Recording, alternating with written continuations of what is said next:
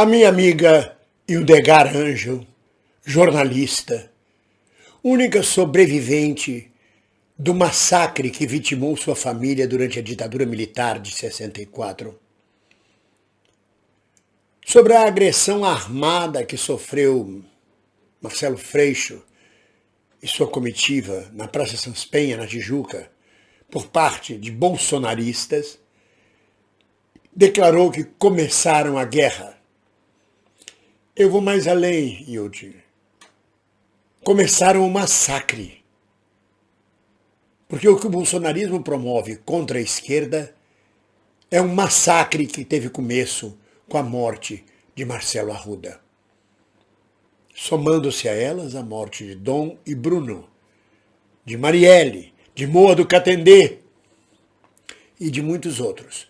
Mas agora está mais do que claro que esta campanha eleitoral, este processo eleitoral, será um massacre em cima da população civil e dos cidadãos, do exercício do direito político, por ordem de Bolsonaro. Vamos a isso. Minhas amigas e meus amigos, na luta pela democracia, pelo bem-estar social, contra o fascismo, contra a violência, alegrias. O Zêmula, ou seja, o filhote de zebra com mula, que governa certo segmento do nosso país, porque não chega a governar o país todo, porque não tem competência para isso, porque é preguiçoso e vagabundo. O Zêmula embarcando para um evento pseudo-religioso, porque é reunião de fascistas em nome de Jesus, não é religião alguma, não é espiritualidade nenhuma. Mas ao embarcar para este evento, perguntou: a minha fala provocou a morte de uma pessoa? Oh, coitadinho. A psicopatia dele não deixa ele enxergar. Ou então ele é santinho, do pau oco. Não é nem do pau de São Benedito, é santinho do pau oco, como a gente falava antigamente. Os nossos antigos diziam. Santo do pau oco. Se é que ele tem isto, pelo menos, pau. Porque o filho já é uma desgraça. Mas, na verdade, é muito cinível. Da minha fala provocou a morte de uma pessoa?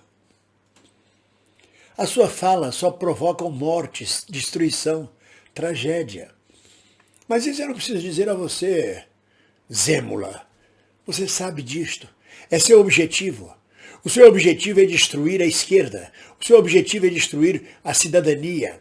O seu objetivo é trazer a barbárie. E você trabalhou esses 4 anos para isso o tempo inteiro. Não tenham dúvida disso. A sua fala é responsável, sim, pela morte de Marcelo Arruda. A sua existência fanática, radical, sectária, intolerante, estúpida, provoca exatamente o estado de barbárie que vive o Brasil hoje. Você é o símbolo, você é o suprassumo da barbárie. Você, acompanhado dos militares que o apoiam, da descaração da corrupção, de deputados venais, de ministros venais e corruptos, e de gente que ainda veio lá das catacumbas da ditadura de 64, como o general Augusto Heleno, ou o general Braga Neto. Então não venha dizer: a minha fala provocou a morte de uma pessoa? Querem botar a culpa em mim? Sim, você é culpado não só deste crime, mas do genocídio de centenas de milhares de brasileiros, do genocídio de populações indígenas. Pode ser que no futuro você escape da justiça brasileira, porque aqui neste país, no Brasil, tudo se acochambra. Mas o Tribunal Penal de Haia está profundamente interessado nas denúncias contra você. Tu vais pegar cadeia internacional. Quando a Hilde fala que começaram a guerra, depois do assassinato de Marcelo Arruda, que a delegada disse que não foi crime político, e agora vem de público dizer: a descoberta desse celular pode mudar o rumo das investigações.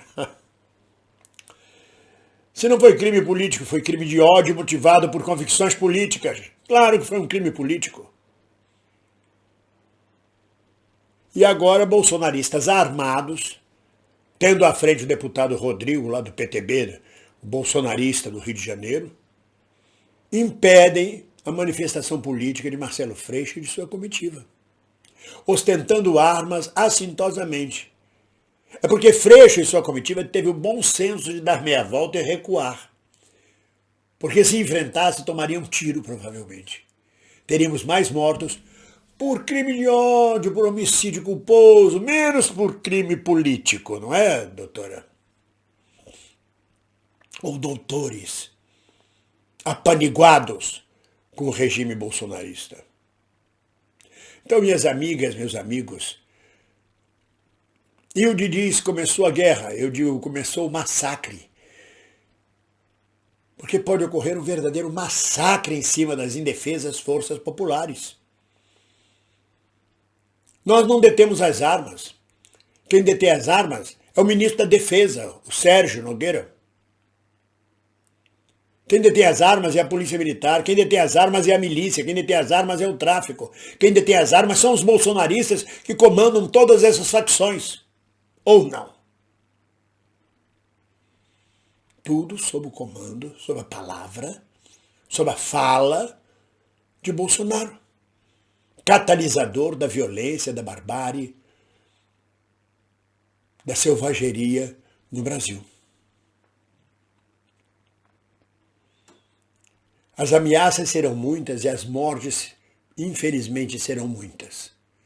Estamos começando a assistir, se já vinha de antes, a cada mês, a cada 2 meses, a morte por um crime político, agora vai poder passar a ser diário a ameaça, a truculência e a violência.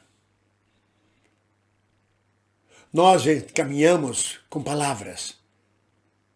Nós nos defendemos com palavras.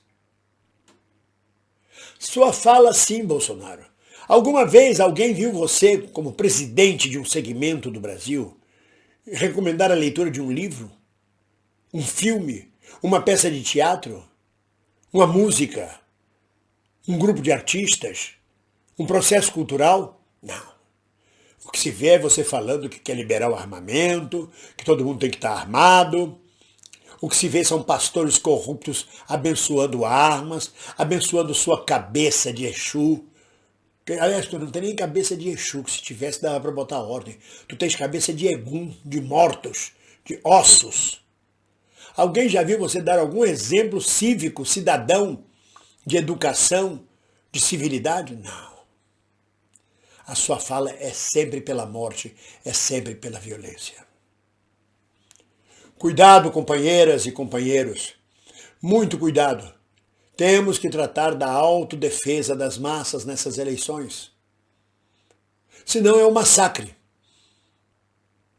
Isso me lembra exatamente o filme O Planeta dos Macacos, dos gorilas contra os chimpanzés. Os gorilas e os orangotangos contra os chimpanzés. A barbaridade. Aquilo é uma alegoria do que é a sociedade brasileira hoje. Os gorilas continuam ameaçando a civilidade brasileira. Em 64, durante a ditadura, nós os denominávamos de gorilas e continuam sendo gorilas, truculentos, imbecis, de cérebro curto. Mas a gente não desanima. Nós vamos em frente, assodados, sem medo, recuando taticamente e avançando estrategicamente. Ninguém solta a mão de ninguém. Um abraço.